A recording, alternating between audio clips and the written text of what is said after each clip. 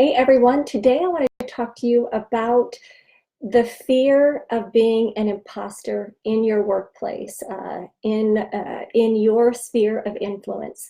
Let me introduce myself. My name is Lynn Schrader, and I empower men and women to step outside of their comfort zone and begin living a life and having relationships, building a business that they could have never imagined.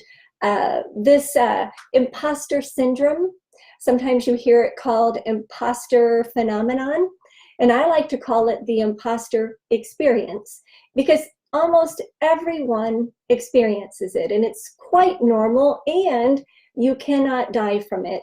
So what is the imposter experience or imposter syndrome?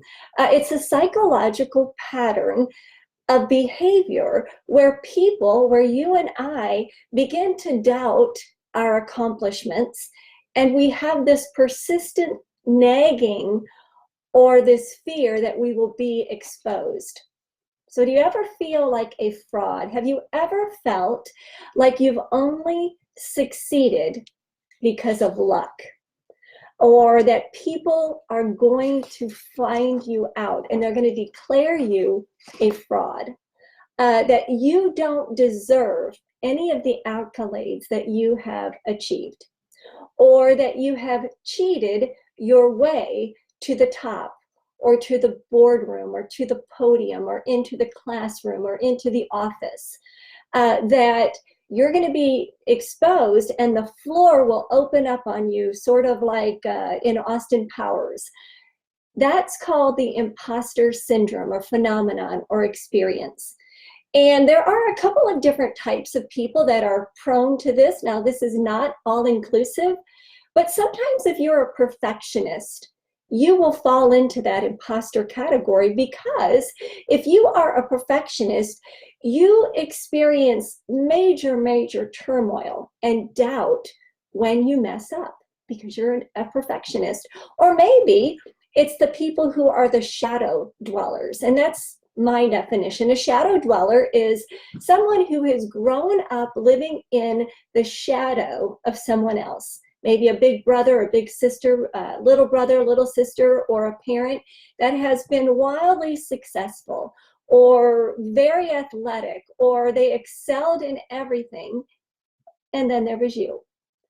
These kind of people often have the imposter syndrome. Then there's the Superman or the Superwoman person, and they believe that they have to push themselves harder and harder and work and work and work to earn their title.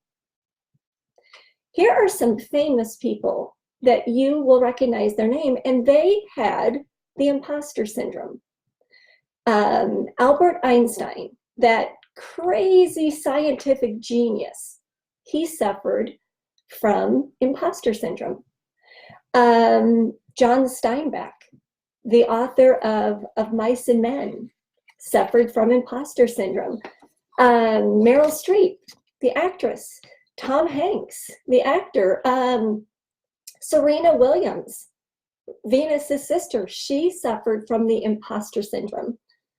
Now, why does it matter that we try to reel this back in and we don't let it ruin our life? Well, because if we let ourselves experience the imposter syndrome for too long, we will stop stepping out of our comfort zone and stop taking any risk or challenge, because we'll doubt ourselves. If we don't get a hold of it, we will reduce our self-confidence, and it will continue to cause us stress and anxiety and depression. So you really need to put a microscope or a magnifying glass on the times when we do feel an imposter. I've experienced this myself, and it rears its ugly head from time to time. And I need to do all of these things that I'm getting ready to tell you. Sometimes I need to do them over. So how to stop the imposter experience from getting out of hand?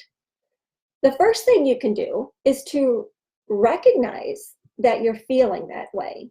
You can reject those feelings and then reframe those feelings. So recognize, reject, and reframe. Now, you may not be able to prevent these feelings because, like I said, almost everybody experiences them from time to time. But you can put them into perspective and you can label them as lies and reject those thoughts. And then just reframe them. Those are lies. I'm not going to believe lies. Second thing you can do is use data. Use the data of your life. I like to call this, when I have my coaching clients on the phone with me and they start talking about things like this, I'll say, listen, what's in your evidence file? What data have you collected through the years? And those are the things that you have done wonderfully. That degree that you've gotten, that award that you've gotten, those accomplishments, those raises, whatever they are, those are all your data, your evidence that you could put in your file. The third thing you can do is begin to talk to yourself and repeat a mantra. I'm a huge proponent on having mantras. I have written behind me some written forms of mantra, but these are things that you can repeat to yourself over and over to edify yourself.